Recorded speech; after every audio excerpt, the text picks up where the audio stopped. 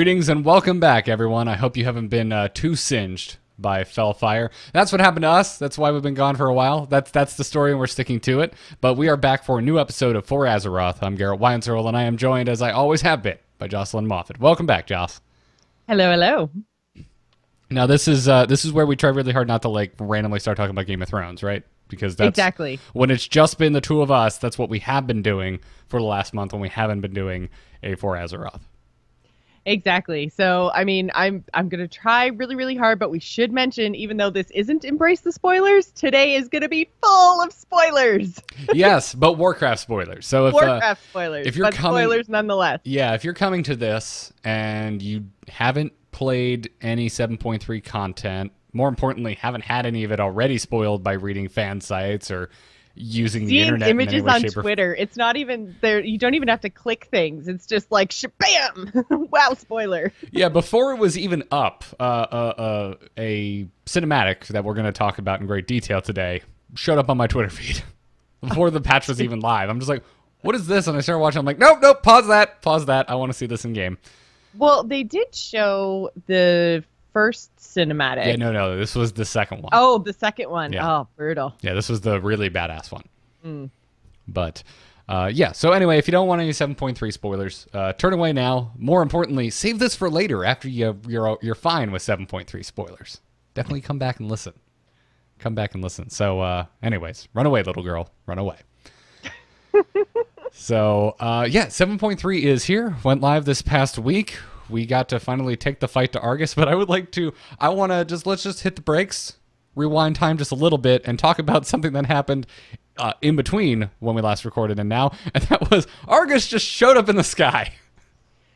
Yeah, it did. When we defeated Kil'jaeden at the Tomb of Sargeras, then Illidan thought it would be a super awesome idea to follow him to Argus, and so we created a kind of wormhole-y portal thing that brought Azeroth within visual distance of Argus, which was pretty freaking cool. Yeah, so imagine you've got a piece of paper. Okay, this is a Team Liquid sticker. I don't remember where this came from.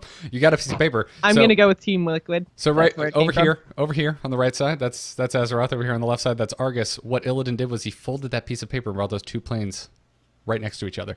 That's what exactly happened. Also, if you're an audio because only Illidan's listener, a badass. If you're audio only listener, that was pointless. But whatever the case is, yeah, I thought that was really cool. I don't know.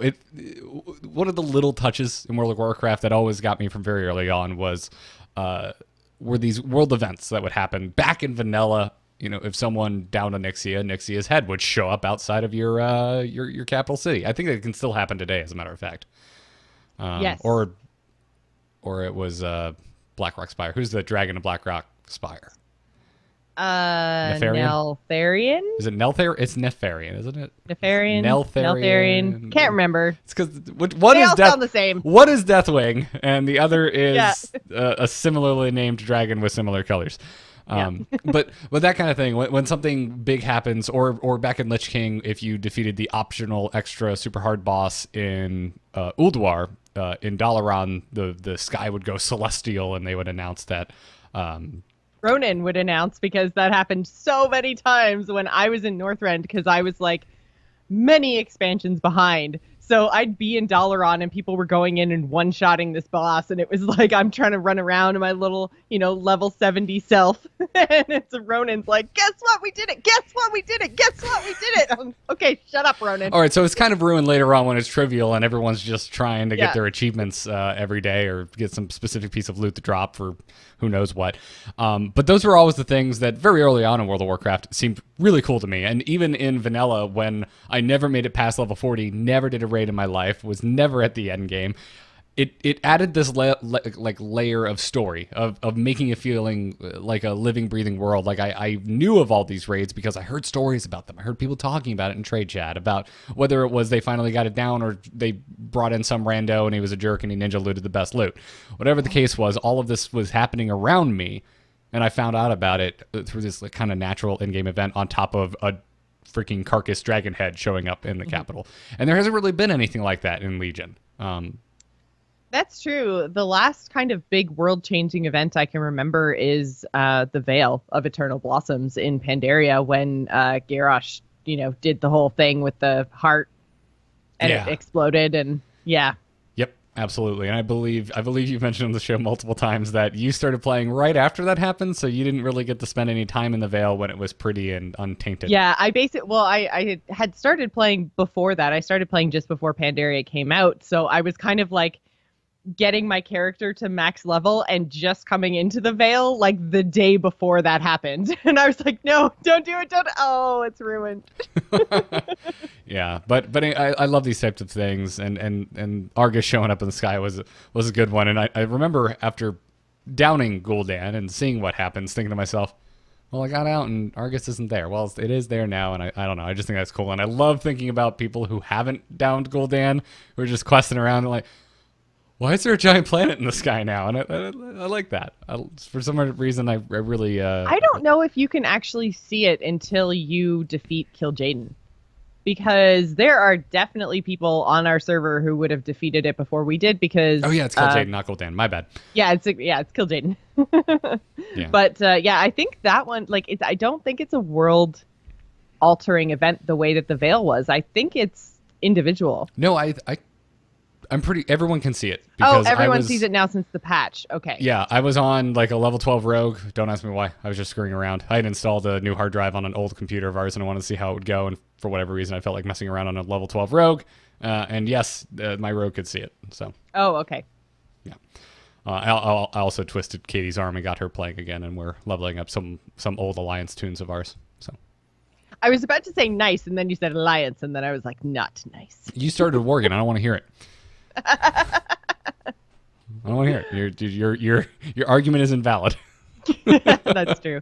And Wind in the chat room is saying it's account wide until the patch, so it's still not a total world changing event. Not the same way the Veil was. Okay, yeah. So you're more right than me, who was just wrong. So, well, damn. Thanks, Windjam. Thanks. I'm sorry, I just don't know because it's such a badass raid team. I've had Kil'jaeden dead for a while now, so it didn't even occur to me. But anyways. But yeah, so that did happen. You can see Argus in the sky. It's super freaking cool. And like it was very ominous because like you said, we downed Kil'jaeden quite a while ago. So for weeks it's just been sitting up at the sky like all the demons right there. Yep. Well, Illidan had to think of a plan, right? Besides he busted a move and now he had to actually do something with it. So that's what that would happen. So I'm assuming both of us have since now gone to Argus and played around a bit. Yes. Knowing both of us, I'm assuming you more than me. Not too much, actually. I haven't had a whole ton of time because, and we didn't talk about it too much off the top of the show, but part of the reason the show's been delayed so much is because we bought a house and I moved. So it's been a super crazy month. I haven't had a whole lot of time to do much of anything. So, plus, I had crazy, insane internet issues for the first week and a half that we were here. So the fact that I have stable internet now is a huge deal. And so I've basically been able to play through. I've got like 2 zones on Argus unlocked, and I did some world quests, and obviously I did the full story.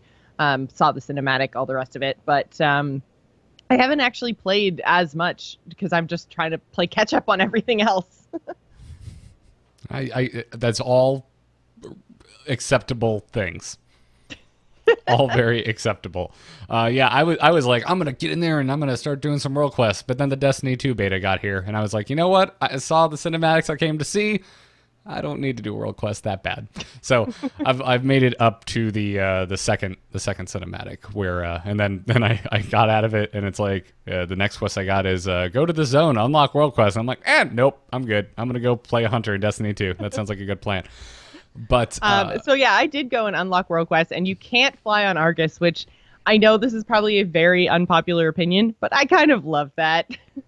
I like at least through the first parts of new areas, being forced to kind of be on the ground to explore them and to see what's happening and to get that sense of like, I still don't feel because I am pretty kitted out from raid. It just like it feels like things are harder to kill, but nothing's hitting me too hard. Although right at the very beginning of 7.3, there's the whole like Fell Reaver dude and he's all red, and he's got that same noise. I don't think he actually is. He's not called a Fel Reaver, but it's very reminiscent of the Fel Reaver in Outland. Freaking Fel Reaver. It's got the same sounds. It just looks like a more badass version of one. Yeah, I was so happy and immediately terrified to see that. And terrified, exactly. But that's been my only actual like terrified moment. But the fact that I experienced that with Turalyon hiding behind a rock was amazing. The best. And if flying was enabled, you wouldn't be able to do that. So I was really excited. There's no flying. I'm trying to think of any other point in my life where I have experienced both crippling fear and overwhelming nostalgia simultaneously. And I'm struggling. Maybe a themed haunted maze at like Halloween Horror Nights or something from a horror movie that I really liked as a kid. But that's about it. That's the only thing I can think of off the top of my head, and I can't even tell you what maze. But whatever the case, that's exactly how I felt coming in. Because, man, I still remember... because I've been playing this game since vanilla, going through the Dark Portal into Hellfire Peninsula for the first time in Burning Crusade, killing myself some boars, getting some gear off of those boars that was way better than anything I ever had, and then immediately dying to a giant walking robot that somehow snuck up behind me. How did it sneak up on you when it's got the brrr sound? Because you're just sitting there in awe of the fact that you're in outer space in a freaking fantasy role-playing game. I see. No one expects the giant robot. It's so cool. And you're like, oh, wait, what's that noise? Turn around. Oh, my God. Stomp. Yep, exactly. So Argus is impressive. And they've already, and I haven't even gone to the second area to unlock World Quest, but they kind of already quelled a lot of my concerns. You and I both were speaking about Argus many episodes ago and how we were both kind of concerned it'd be too samey. Everything would just be black rock and green ooze and fire and lava. And there is a lot of that, but there's a lot of other things going on as well. Having the ship as your base camp gives you a good kind of good variety of places when you're buzzing between that and the Argus surface. But also just the different zones, even just through the first zone that I was going through. It was nicely varied, and I loved what they did with the crash site for the ship from the Army of the Light. Yes. The crash, like the streak that it left through the ground, and that painted texture, that their texture artists, oh my God, high five. I'm going to find you at BlizzCon and fist bump all y'all. It makes it super hard to see my consecration, though, Garrett. Is it a raid? No. Then who cares? This is something I would have absolutely been pitching about if I was still playing a paladin, though. But it's so cool. What an awesome tech. I don't know. I've never seen like ground that looked like that in World of Warcraft or really any game. There was something about that specifically, like that long golden streak that goes up to the crash ship. I was just like, oh my God, this zone looks insane compared to everything around it. And I know there's forests as you go further on and stuff like that. So they did such a bang up job. The artwork is incredible. It is it was awesome. I agree. I was like, we talked about, I was really worried about the whole like sameness, and even like when we first got down to the surface, it was a little like black rocks and fell, and I was like, oh no. But you're right, there is some variety there, and I'm excited to see as we kind of like move into a little bit deeper into Argus, and as we unlock the raid and everything else and see that kind of stuff, then I think there's going to be even more variety, and it's going to be super cool. And I love the whole just corrupted Eridar motif, so I'm looking forward to pushing a little bit further in, but the intro quests, man, were so freaking cool. Oh yeah, well, I mean, we're fighting alongside freaking Turalyon and Illyria within short order of getting to the surface of Argus, and I don't care, what your opinion of the Alliance is. Turalyon's cool, dog, and he goes way back, and you should be a little excited about that. And if that for whatever reason bothers you, Illyria is technically a high elf, so you can kind of say she's a blood elf and kind of on the horde, even though she's really not. Yeah, so, well, I mean, because she's got one sister that's like super hardcore horde, and then she's got another sister who's super hardcore Alliance. So she's really kind of skirting that line. And there were some little like tidbits dropped in those kind of intro quests into Argus about how Illyria has potentially been, delving into the void a little bit, how she was imprisoned by Xe'ra. So there was just a whole lot of really cool little hints at, what might be coming, and a little bit of information, thankfully, about Illyria's character, because we haven't seen her ever in World of Warcraft. So, I kind of laughed at it a little bit when you get this throwaway kind of line from Illyria, like, she put me in prison for so many years. It's like, I just assumed you were stuck out here. I didn't need to know that you were imprisoned. Yeah. But I absolutely loved the introduction to Illyria. I mean, we've had her in Hearthstone for so long. It was super cool to actually see her in Warcraft. And the whole, like, just being reuniting between Turalyon and Illyria. And then I don't know if anyone other than me, because I was on my Paladin. So did you actually see the reunion between them and their son, Eretor? Was that... Yes. Everybody? Okay, yep. Cool. I wasn't sure because he was in my order hall and played such a big part in my actual order hall, like, class hall story. I was like, does everybody get to see this guy, or is he just like a Paladin-centric character? Yeah, now I probably would have already remembered Eretor just from doing this show, but regardless, I'm really glad that I went through and played my Paladin first. It doesn't matter that I did it first, but I'm glad that I went through and did the Paladin class order hall for most of it, because Eretor plays a decent role in this. Although I kept waiting for him to say like anything else past his opening remarks to his parents, and then everything after that, it's just Turalyon and Illyria kind of talking at Eretor, and I'm just like, dude, say anything, say something. Also, well, and that's how I felt about Verisa. Is she was just standing there. She hasn't seen her sister in forever, and she's not really saying anything. And I get that she was allowing like the whole parents-son reunion thing happen, but at the same time, like, give me something. and this brings me to my thoughts on the Windrunner sisters in general. Where the F is Sylvanas? That's the thing with Verisa, is I kind of wanted her to just be like, hey, Illyria, just so you know, our sister, she died. She was resurrected as a ghost slave. And then she broke the chains. Here's the cliff notes on Sylvanas. Of her ghost slave. Then somehow found her way back to a corporeal form. Raised her own army of the dead, and now she's war chief of the Horde. You know how you were like Alliance, and yeah, oh man, when the Blood Elves, when they went over the Horde, man, all of these people that play this game, by the way, we're in a game, they lost their minds. They lost their minds. They couldn't believe how did the High Elves become Blood Elves, and then why are they Horde? It seems kind of convenient. It's almost like it was a game mechanic, but we're rolling with it. So Meta Sinman in the chat room is saying if you hang out on the Vindicar long enough, Illyria and Verisa do have a conversation about their sister. That's awesome, because I know, like, I went and like tried to talk to Eretor and he didn't have anything to say, and then I tried to talk to Verisa after Turalyon and Illyria left.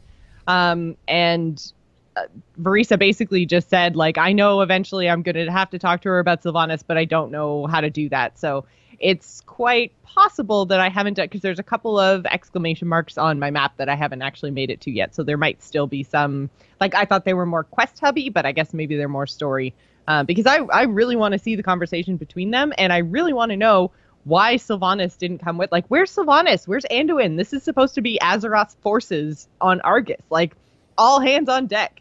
And we've got, Illidan and Velen and Khadgar and Verisa, and that's great. But where are our main faction leaders? It seems so silly to me. I'm with you.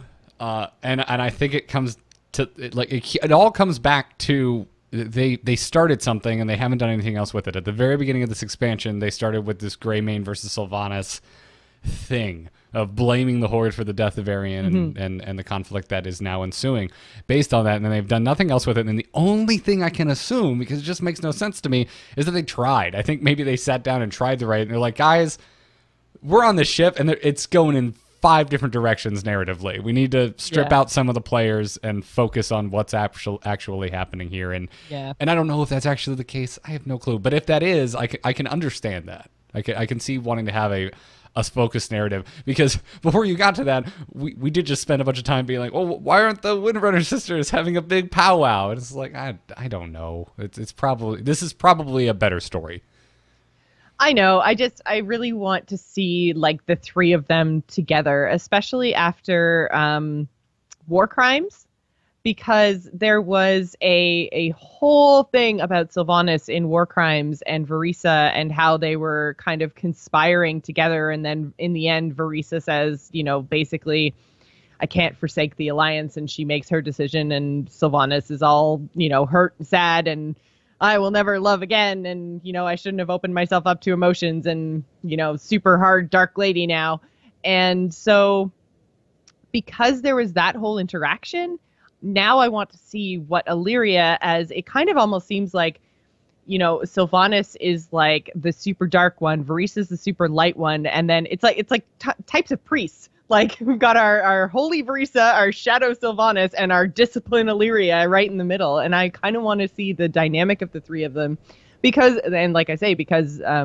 Illyria was imprisoned by Xe'ra for dabbling in the void or for delving into the void. We're not 100% sure exactly what she did. But just because there's, this element of the void in Illyria, I find that so compelling and so interesting, and I just want to see all three of them together. But I'm sure it'll probably happen in the next expansion. Like, we'll beat the Burning Legion, however that happens, and then we'll go back to Azeroth, and then we'll have the reunion, and it'll kick off the Void expansion. Yeah, I'm not sure what direction they'd head, but in my mind, I feel like the relationship between those three sisters could be used to broker peace again between the Alliance and the Horde, maybe. But I'm not sure. It could go so many different directions. Part of me also still thinks they're just going to eventually have Sylvanas make a turn, but we'll see. I hope not. We'll see. If she does make a turn. So we do... Sorry. Go ahead. I was going to say, so other than the kind of reunion of Turalyon and Illyria after they were kind of scattered when the ship crashed, and then we've got the reunion between them and their kid, and Illyria and her sister. All of this stuff is happening as we're getting this crazy bigger story about essentially saving a lot of the Army of the Light because their ship crashed. So we have to save them. And we also have to go in and save Xe'ra, who is in a kind of broken state because she sent her core to us on Azeroth as kind of a last-ditch effort to, bring together the last factions of the Army of the Light and find Illidan and everything else. So we have to kind of find Xe'ra, save her, and make her whole again. And, dude, I don't know how this cinematic made you feel, but holy hell, it was amazing. And the whole time I'm just going, no, no, no. Yeah, I had almost mixed emotions, but very quickly snapped out of it and realized exactly what I wanted to happen, and that's exactly what did happen. So Xe'ra is complete. Illidan's in the same room, and Xe'ra just starts spouting off about how Illidan needs to fulfill his destiny, binds the dude, and starts levitating him and starts infusing him with light. And we actually see his tattoos go from green and start turning to gold. Illidan is not happy about this at all. And I'm just sitting there going, for half a second, I was like, ooh, a gold Illidan. That'd be kind of cool. And then I snapped out of it, and I'm like, no, that is not Illidan. And then I'm thinking in my head, if they go through with this, I'm quitting World of Warcraft. Well, I know. I had like visions of, the cleansed, what is he? Dreadlord. With the wings. Yes. Yeah, I can't remember his name. Lothraxian, maybe? He's a champion in the Paladin Order Hall anyways. I think that's I had like visions of him, like Illidan looking kind of like him, all gold and light, but still like with his horns and everything else, but just, yeah. And so I was really, really excited about that. But then I was like, and like you said, for a split second, and then I was like, hang on. If they cleanse Illidan of everything he is and all of his experiences and sacrifices and everything else to kind of make him his night elf self again. He's not Illidan. No. Yeah. He won't be Illidan. I mean, granted, he said it in the most like 90s butt rock way ever, which is I am my scars.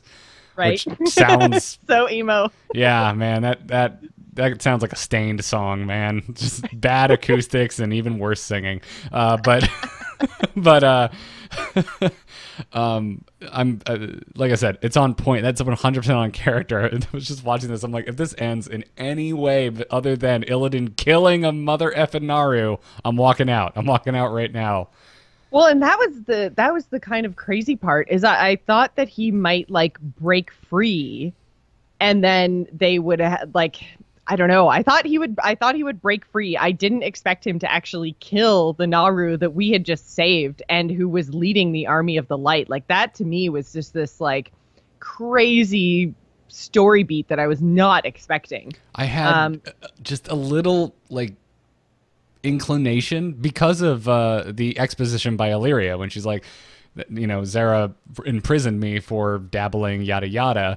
And then once you get to this scene and you're listening to the way that Xe'ra talks to Illidan, what Xe'ra does to Illidan, you know, against his will, trying to purify him, very rapidly I came to the realization like, Xe'ra's going too far. Xe'ra's being kind of tyrannical in her actions at the moment. So and we're going to talk about the Naaru later. That's actually going to be our lore section. So I do apologize to Monks because I know we haven't done your order hall yet, but we thought that doing the Naaru this week would be kind of the best use of our time. Oh, Naaru. It is so relevant. Naaru pulled rank this week.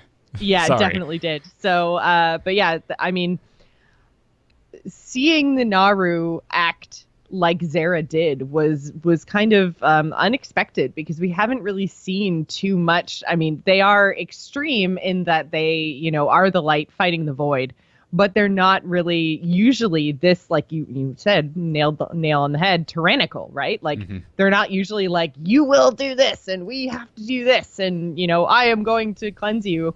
But I also thought it was really interesting because we've always thought of them as these like basically like angels or god-like creatures, right? And so to see Illidan's raw power to be able to destroy, like basically disintegrate. There were only teeny tiny little chunks of her left, which then we had to go and pick up, which I thought was a little bit like morbid, but really, I felt like a glorified janitor. Like, you, hero who has slain dragons, lich kings, breakers of worlds, get a broom. That's how I felt.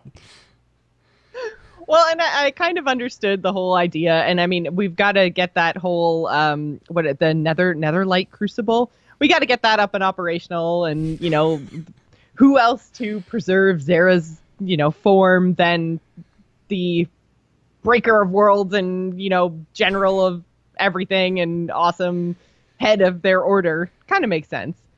But you're also taking you're right, the corpse of an angelic figure and just tossing it into a machine. Right? there was a little bit of that felt a little bit weird, but my original point was, holy hell, Illidan is a powerful badass. And I mean, you kind of know he's super powerful anyways, but seeing him destroy a godlike creature basically just by yelling no and doing his crazy eye beam, like, that isn't even his final form. Yeah. No, this took me back. This made me feel as close to the way I felt seeing the Arthas Lordaeron cinematic back in Warcraft 3. That was when Warcraft first surprised me. It's when RTS first surprised me, and this cinematic surprised me. Even though it went in the middle of watching it, I decided how I wanted it to end, and it did end that way. I was still surprised. I think that's still a surprise. Yeah. If as you're watching it, you're figuring it out, then that's right. Like it was in that moment. It's not like up to that point. They're like, oh, Illidan's totally gonna kill Xe'ra. Like, no. That's happening. No, not at all. And I was very surprised by the depiction of a Naaru in that way. So, this is incredible. This is really incredible. Right when I was like I'm excited for Argus, but you know, I'm feeling kind of at the end of Legion, or at least I was. But now that happened, and I'm in again. I am all in. I can't wait for the raid. I want to go and see this story through. I think the reason why both of us were feeling really done with Legion was because 7.2 really wasn't what we were hoping for or expecting. I think 7.3 has really delivered on the big story beats, and that's where 7.2 dropped the ball. So I'm glad that 7.3 came out relatively quickly, I feel like, after 7.2, and it has all the things that we were looking for. We got, major characters are back actually in-game in Turalyon and Illyria. The whole story was well told. They have, like I said, the death of Xe'ra is this huge deal. And we didn't have anything crazy impactful like that in 7.2. We had, so many awesome story beats in the beginning of Legion and Stormheim and, all of the zones with, super cool ideas and cinematics and everything else and all of the stuff with the Nightfallen. That was all amazing. And then we had this kind of gap with 7.2 where nothing really happened.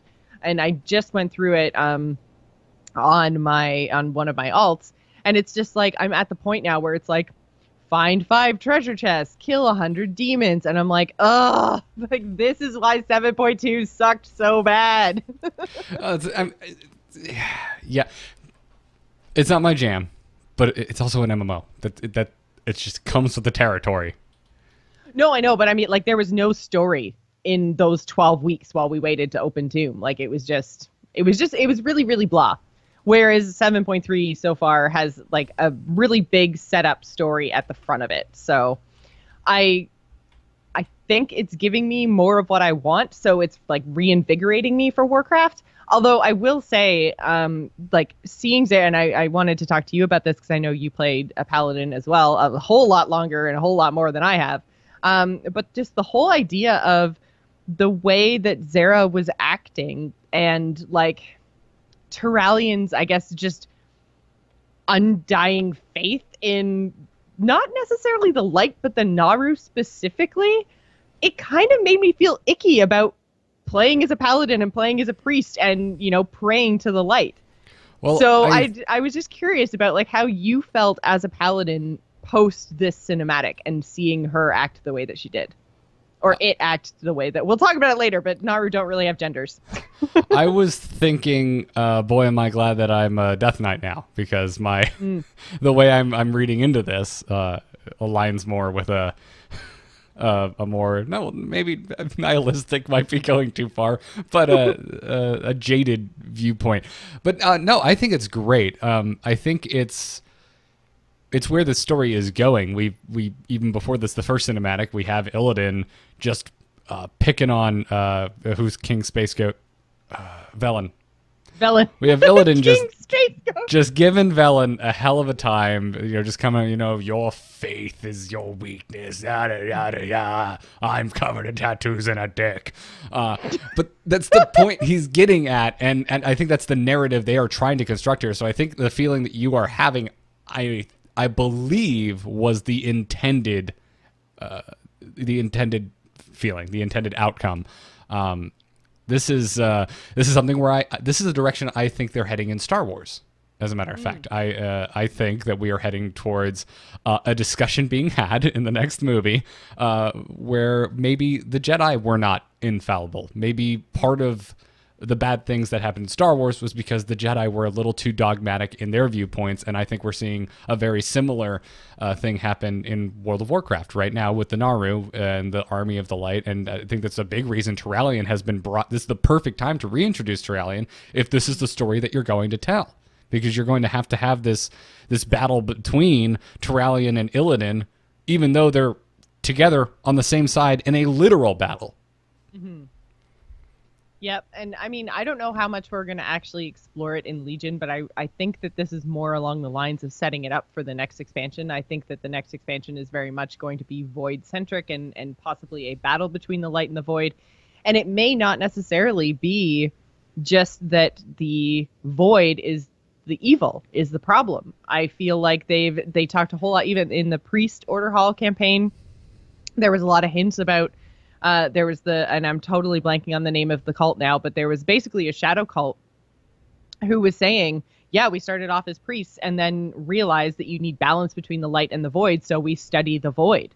And it there are these kind of themes of balance that seem to keep coming up along, there's been hints about the void and hints about the old gods and all that kind of stuff. But I think that we're probably heading into this expansion, the next expansion, where it's going to be like we have the Army of the Light and we have the Void Lords, but neither one of them is really, the good guy, bad guy dynamic that we're used to seeing. I think that the forces of Azeroth are going to be kind of in the middle as this balancing force, and we're going to have to reconcile, because the light and the void have both become extraordinarily powerful, right? They've consolidated forces, they're ready to clash, and I think that that's, not necessarily a good versus evil battle. Dead on. That's what that's where I hope it's going. We saw a lot of this in the Priest Order Hall. The Priest Order Hall is literally a balance between light and shadow. Yeah. And I mean, like we're going to talk about in probably a minute or two, just the whole idea of Naaru and what they are. And they, in and of themselves, seem to be a balance between the light and the void in a way, because of what happens to them when they get injured, and, how they can be turned into void gods and all this kind of stuff that we've seen in Warcraft so far. So they, in and of themselves, are interesting in that way. And it's like, are the Void Lords actually just dark Naaru? Like, are they one and the same? Can you just totally switch sides like that? And I think that it's going to be really interesting to see it all play out. Yeah. Well, let's get into it. Let's talk about the Naaru, and so let's go back to the early stuff, which means book stuff, which means, Jocelyn, where did Naaru come from? What are they? So basically what the Naaru are is they are a race. They are like a society and everything else. And I think that's something we haven't really seen in World of Warcraft so much, because there's a whole bunch of like conflicting things that the Naaru have done. For instance, like Adal was totally fine with killing Illidan. That was the whole point of Burning Crusade. And then Xe'ra comes in and was like, no, he was the chosen one. So clearly all of the Naaru are not on the same page. They are sentient beings, which means that they have ideas, they have thoughts, they have conflicting kind of plans for what the best course of action in the universe is. And so I think seeing Xe'ra do what she did is really interesting. It kind of drives home the point that they are sentient beings, so they're going to have different ideas and therefore are corruptible. But basically they're made up of shards of fractured light. They're pure expressions of the light and have vowed to stop the forces of the void in the universe. So when the universe first formed, as a result of the clash between the light and the void, clouds of light formed from which powerful beings emerged, which were the Naaru.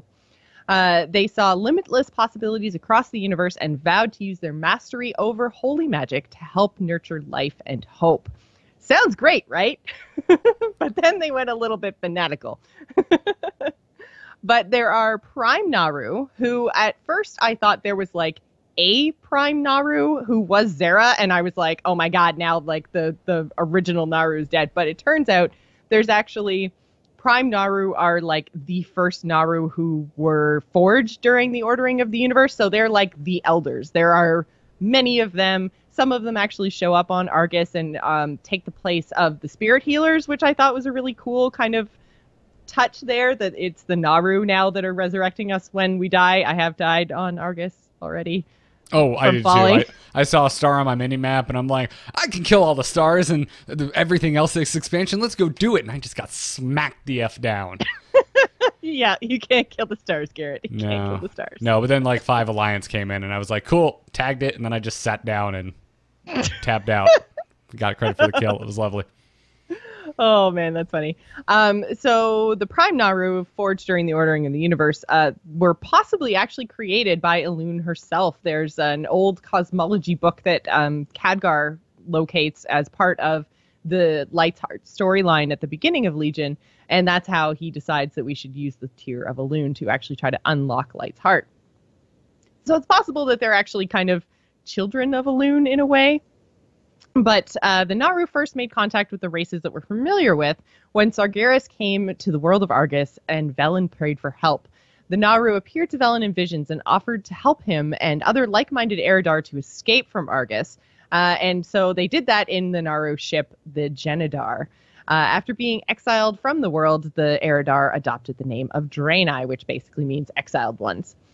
During their journey to find a new home, the Naaru taught the Draenei the ways of the light, with the goal of one day using them to form the army of the light who would oppose the Burning Legion.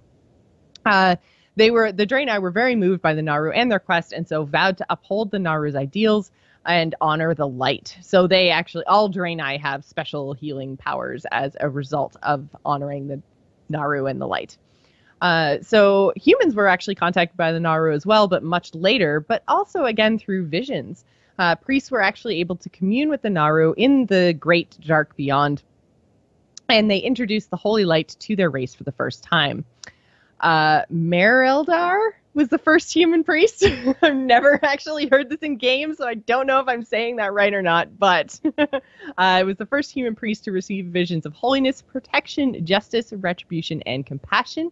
There is kind of the idea is that she kind of witnessed 5 Naaru in her visions, and each one gave her the feeling of these different kind of themes. And if you guys, I mean, if you've ever played a priest or a paladin, or even been around a priest or a paladin, they're talking all the time about, you know, retribution and justice and protection and compassion and all that kind of stuff. So these are very paladin-y themes. And so together with others who had the visions, she did write down all of this wisdom of the higher power, and quickly it became the predominant human religion. All of the light-based traditions were eventually combined by the leadership of Lordaeron into what became the Church of the Holy Light. Naaru are composed of shards of solid light that kind of freely move around a central core, which, I mean, if you spent a lot of time in Burning Crusade and first saw Light's Heart, it was very obvious it was the core of a Naaru, but when they kind of revealed that to us, I was like, oh yeah. Derp. Oh yeah, no, I didn't catch that at all until they spelt it out. I was like, I feel dumb. Thanks. So the other thing, there's a couple of other points about Naaru. We touched on a little bit of it already through our conversation with just about Argus and Xe'ra in general. They appear to be immortal, but when they're damaged, this is so freaking cool to me, they bleed out their light energy and enter a darkened state. They do regenerate over time, but in the meantime, they produce void energy. So this is what I was talking about with the whole balance within the Naaru themselves, the balance between the light and the void. So they produce void energies, and these are often exploited by their enemies. So they retain their identities, and they still have all of their same goals, but they're often too weak to prevent their leaking void energies from being used against either themselves or their allies. And these energies can be used to do things like create void creatures and also raise the undead. So it's possible to turn one of these darkened Naaru into void gods, but it usually requires an external force draining their light. And there's a couple of examples that Garrett's going to talk about in a minute from in-game in World of Warcraft where this has happened. The Naaru, like I mentioned earlier as well, don't really have genders, but they do reproduce because Oros, who we met through the Light's Heart storyline, was actually part of Xe'ra's line of Naaru. So they somehow create new Naaru from themselves, but they don't have genders and they don't reproduce in the way that we would think of. So somehow there's a family tree because crystals and light and ta-da! Like budding? Do they bud? Do they reproduce asexually? I could see that. But anyway, moving into Naaru depicted in World of Warcraft, starting with before the Dark Portal was able to reopen, Khadgar actually reached out into the Great Dark Beyond to ask for help and was able to contact the Naaru by the name or led by Adal. He was able to convince them to come to Outland to help fight back the Burning Legion there. The Naaru used the fortress of Tempest Keep to reach Outland, but as soon as their forces departed their vessel, it was seized by Blood Elves led by, you guessed it, Prince Kael'thas Sunstrider. You should have just dated him, Jaina. You would have kept him in line. Yeah, all of this is Jaina's fault. All of it. Actually, she should have stayed with Arthas. But anyway, the Blood Elves succeeded in capturing the last remaining guardian Naaru within Tempest Keep, Muru, and transported it back to Silvermoon City to act as a source of power for the Blood Elves. Using Muru's power, the Blood Elf Paladin Order Blood Knights were formed. They literally tortured Naaru, by the way, if you didn't play during this. Muru's gone, but you used to be able to go in and see Muru getting sapped of its energy. Anyway, Adal directed the forces of good on Outland against Illidan and his forces from within the Strong of Shatrath, but during their struggles, an Elder Naaru visited Illidan.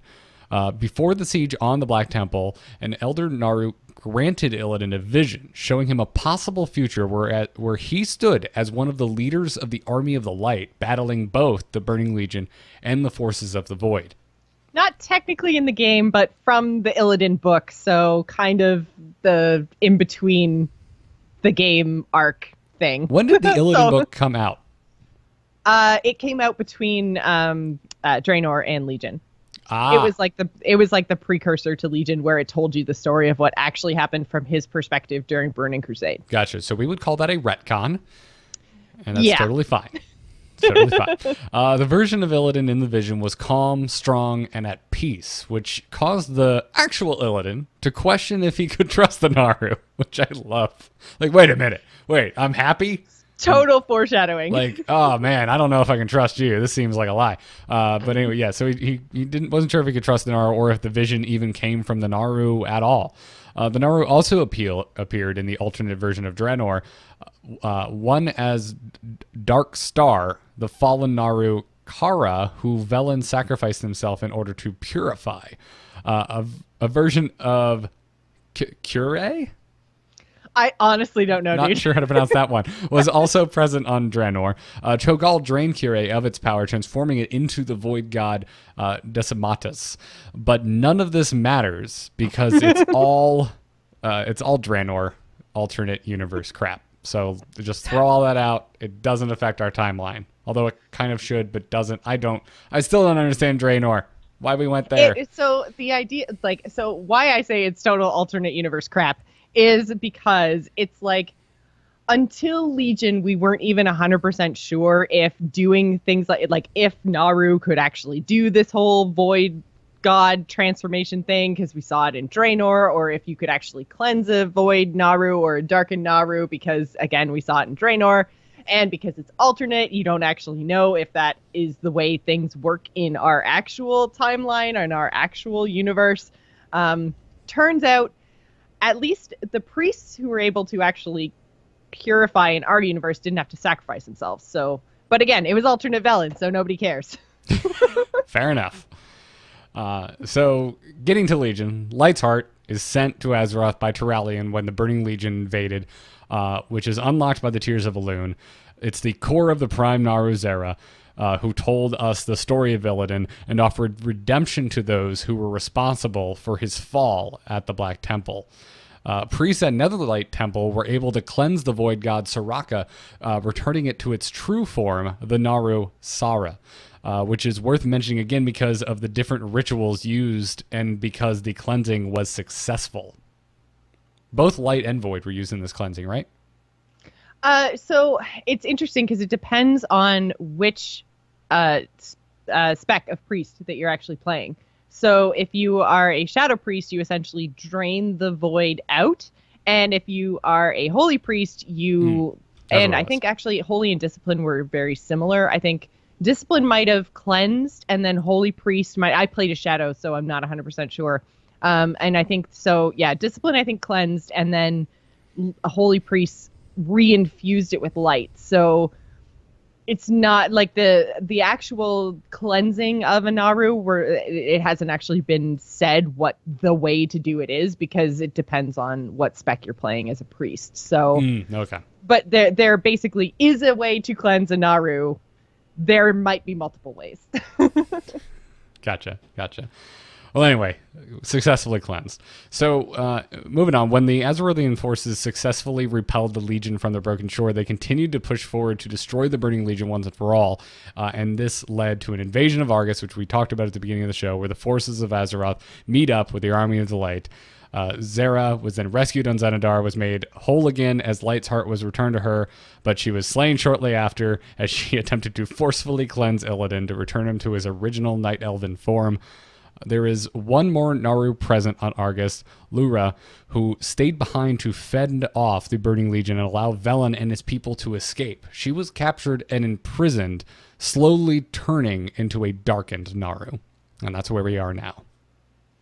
Yep, so, man, this has so much potential to be so freaking cool. I can't wait to see more about where they're going to take Naaru actually in the game and what we're going to see in the next expansion. Oh yeah, I don't know. I almost feel like I could see there being a Naaru break unless the Void is extremely important to next expansion, because there's a lot of Naaru going on right now. But I think that there's a lot of Naaru going on right now because they're going to play such a big role in the next expansion. So I think this is like our, hey, they're everywhere, get used to them. Okay.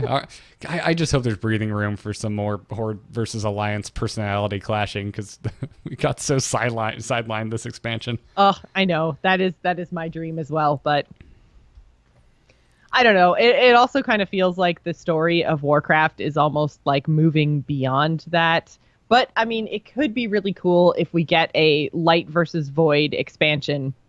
And then after we've kind of dealt with all of the big goods and bads of the universe, we go back to Azeroth and we're like, well, we have nothing to do now. Let's fight. That's what's going to happen. The worst would be if this all just played out in a novel in between. That would. Oh God, I hope not. That would make me unhappy. I mean, I like the novels. I think, especially when they're written by Christy Golden, they are amazing.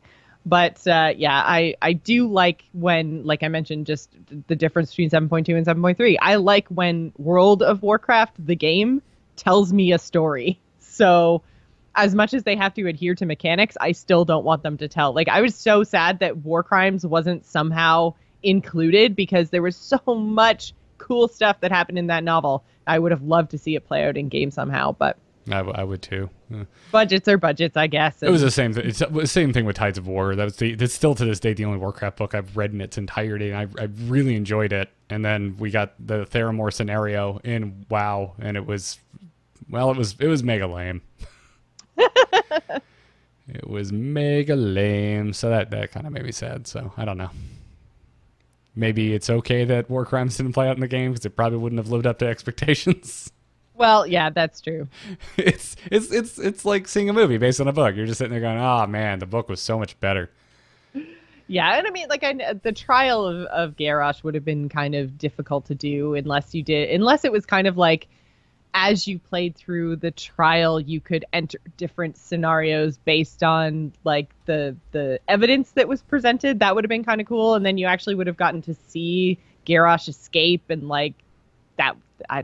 It could have been cool. It could have been done, but no, they just build a Phoenix Wright Ace Attorney mechanic into the game, and we get to play the attorney for the trial of Garrosh. Yep. Be great. It means you'd get to be Bane. Oh. Which I know you would hate because it's a Tauren. I mean, Bane's kind of cool, but he hasn't done jack in the game. He's been, again, extremely sidelined. Yeah. Extremely sidelined. Like, we're complaining that we haven't seen more of what happened between Sylvanas and Greymane. At least they got to show up and do something important in this expansion. Yeah, poor Bane. Bane's just been standing in the background with his old busted model. Like, give Bane some love. Get him a new costume. Get him a new shiny totem. They're not shiny. They're made out of wood. Supposed to be shiny? No, I'm catching myself. Let me work through it. Let me work through it. But anyway, let's bring it home. Let's take an email before we wrap up this episode. You can send your emails to fazpodcast. That is fazpodcast@gmail.com. Who wrote in this week, Jocelyn? Well, first of all, I want to say don't write in about the whole alternate Draenor crap and us not knowing things, because chat room, Kilmernock in the chat room has corrected me. We did see the cleansing of a Naaru in the Sunwell. I didn't play through it, so it slipped my mind. I apologize. I misspoke. Don't send in emails. But you can send emails about other things like Daniel did, who says, hello, Joss and Garrett. I purchased Legion at launch and played it quite a bit for the first 2 to 3 days. Then I quit and started playing SWTOR instead. This was due to Legion pushing a more personal story, which made me miss SWTOR, who I think does the personal story better. They do. Then okay. Then a few weeks back, I went back to Legion, only to once again quit for another MMO. This time, it was DC Universe Online. Legion wants you to feel like the hero, and in DC Universe Online, you can quite literally be a hero. I used to love WoW, was nonstop sub for the first 11 years, but it used to be about this amazing world, and now the world feels small to me, and it seems to be the backdrop rather than the focus. Am I crazy, or can you see my point? Though I've stopped playing both WoW and Hearthstone, I still listen to your podcast because they're the best. Keep up the great work. So thank you so much for your email, Daniel. I totally can see your point. It's still very new and interesting to me, but I haven't been playing for 11 years. But I can see how the story has gone from you essentially being almost like a grunt in these bigger armies of the Alliance or the Horde, fighting these huge, powerful enemies. And as time has gone on, we have gotten more and more powerful to the point that we are the ones wielding things like Ashbringer. That used to be reserved for these grand lore figures. And now we've almost become the lore figures. So the world, as a result, does feel a little bit more trivial, almost. And is definitely more of a backdrop. And I think that might change in the next expansion because we seem to be, communing with Azeroth, the world soul. And I think it might be about to get bigger. But you're right. Like, as we grow more powerful, it becomes harder to tell a meaningful story. This has been something I've been struggling with as well. I would like to go back to them not making us the center of attention. I still think they straddled the line pretty well, though, because we talked about the cinematics in 7.3 today, and at no point are we really we're not interjected into that at all. It's about Illidan, it's about Velen, it's about Xe'ra, so on and so forth. We're still more or less a brutish tool to be wielded by these larger players. Yeah, I think it comes from probably being the head of our order. I think that might be, like, as cool as it is, that might be part of the problem, because I feel like we're being almost, like, consulted a lot more than, like, I'm thinking back to, like, specifically there's a zone in Vanilla, I think it might be Stone Talon Mountains, I might be wrong, though, where you basically join the Horde army, and I've never played through it from the Alliance side, so you might do the same thing over there, and you kind of, like, progress up through the ranks. And it's very, like, that's how you play through the story of the zone. And so you start as a grunt or private or whatever, and you actually have, like, military ranks that you're gaining. And so you feel very small and you get slowly more important, but you never take over as, like, the leader, right? Like, you're still following orders. You're still part of the greater Horde, as opposed to one of the leaders of the Horde that, the generals are looking to for strategy and answers and stuff. And I think that's kind of the difference between where we came from and what you probably loved in your first few years of Warcraft to where we are now, where we're the ones who are supposed to have all the answers. And when you're looking for a big, wide world story, then it becomes a lot smaller, right? Yeah, I mean, I remember seeing previews for World of Warcraft while I was playing Warcraft 3. And for me, the draw to it at that point was getting to see it from the ground level, being boots on the ground, being one of those units in a much larger conflict. And some of that has certainly been lost. You will hear no argument from me on that. And I would like a return to that. I think that's Warcraft's place. I think we should still be smaller fish in a pond of sharks and whales. Mm-hmm.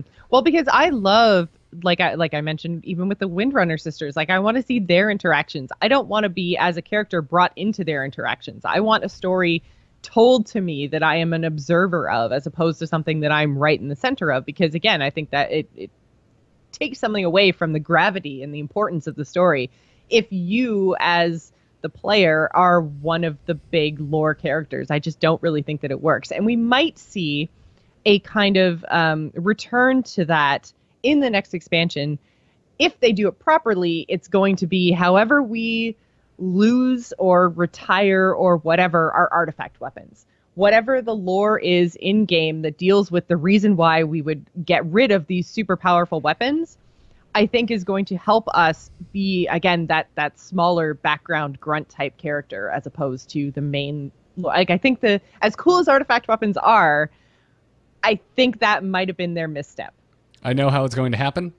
We're gonna defeat the Legion. We're all gonna go home, and everyone's gonna sit down and realize just all of the terrible things Death Knights did with their artifact weapons to both the Horde and the Alliance, and you go, all right, that was right. That's it. All of you, badge and gun on my desk right now.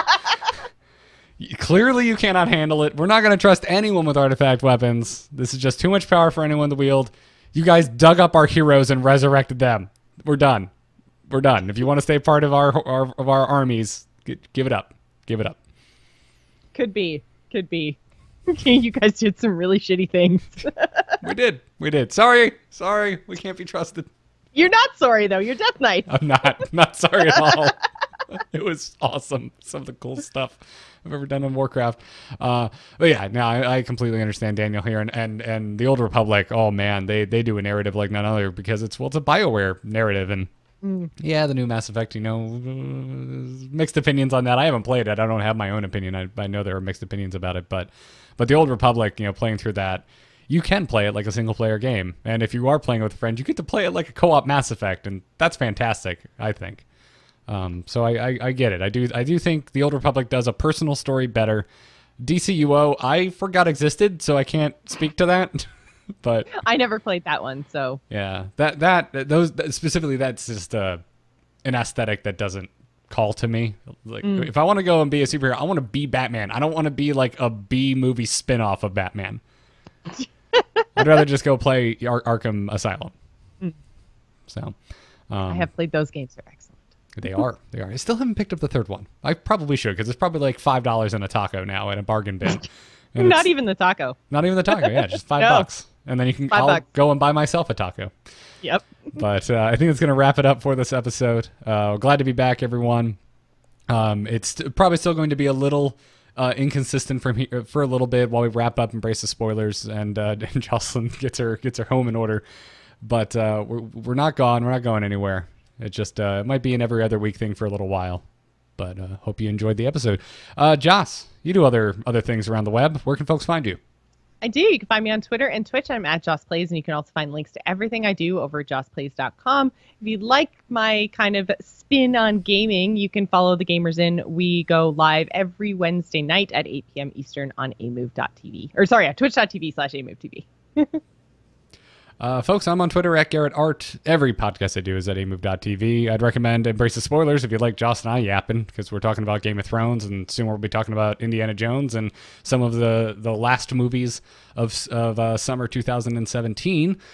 And I'd also recommend my solo show, The Angry Nerd, where I talk about all kinds of things. I put up a new episode at the beginning of this week, and I'm working on a new one for next week. So go and subscribe to that. Thank you all for listening, and until next time, For Azeroth.